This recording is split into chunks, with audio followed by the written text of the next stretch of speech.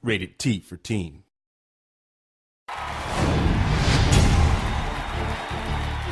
What's up, guys? Nevin Dravinsky, producer on UFC Undisputed 2010, coming to you from the famed Black House Gym, once again in an undisclosed location somewhere in Los Angeles, California. I'm joined here by Mr. Ed Soares, co-owner of the Black House Gym. Thank you so much. Oh, it's my pleasure. We're going to talk today about some of the improvements and enhancements to the UFC Undisputed 2010 career mode.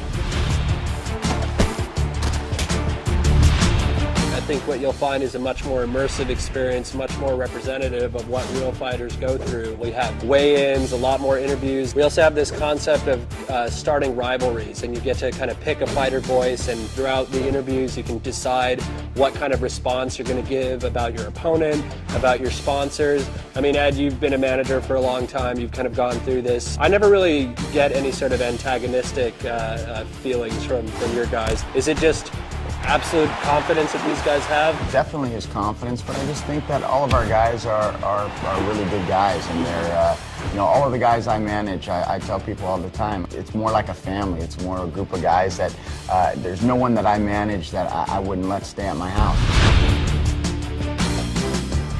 The game will actually track how you actually proceed in the game. If you're a guy that does a lot of head kicks in the game, eventually your opponents will start taking you down, or going to the ground, trying to exploit your weakness. Rogan and Goldberg might call out, like, the guy's knocked out his last 5 opponents via head kick, and so you can't use the same game plan over and over again.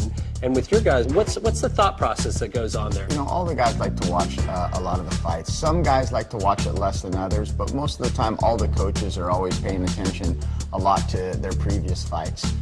Every fight is different. A perfect example would be the last fight against, Cain Velasquez against Rodrigo. We really thought, even though he was knocking people out, he was really using his wrestling. So we thought that he was going to come in, and Rodrigo really believed that he was going to take him down. And he came in with the wrong strategy, and obviously Cain came in with the right strategy and won the fight.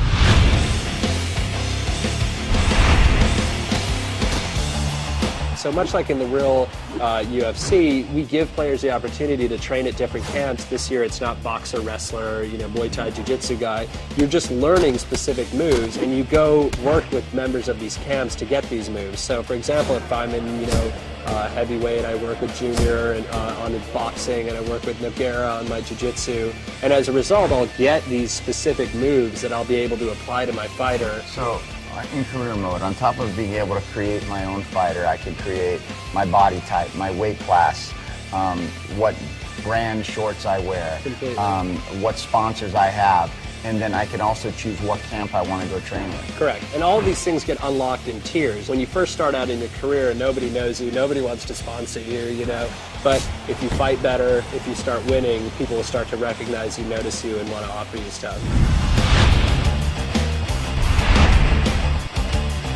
You've had like a long career and history with these guys and kind of watched them all grow up. They came from all different places. Lyoto, he got his first fight in the U.S. here, was in the WFA. And what a great segue. In our career mode, we have this aspect of where instead of, jumping right into the UFC, you actually start off your fights in the WFA, much like Lyoto, and then at some point, if you perform well, you actually get to move up into the UFC.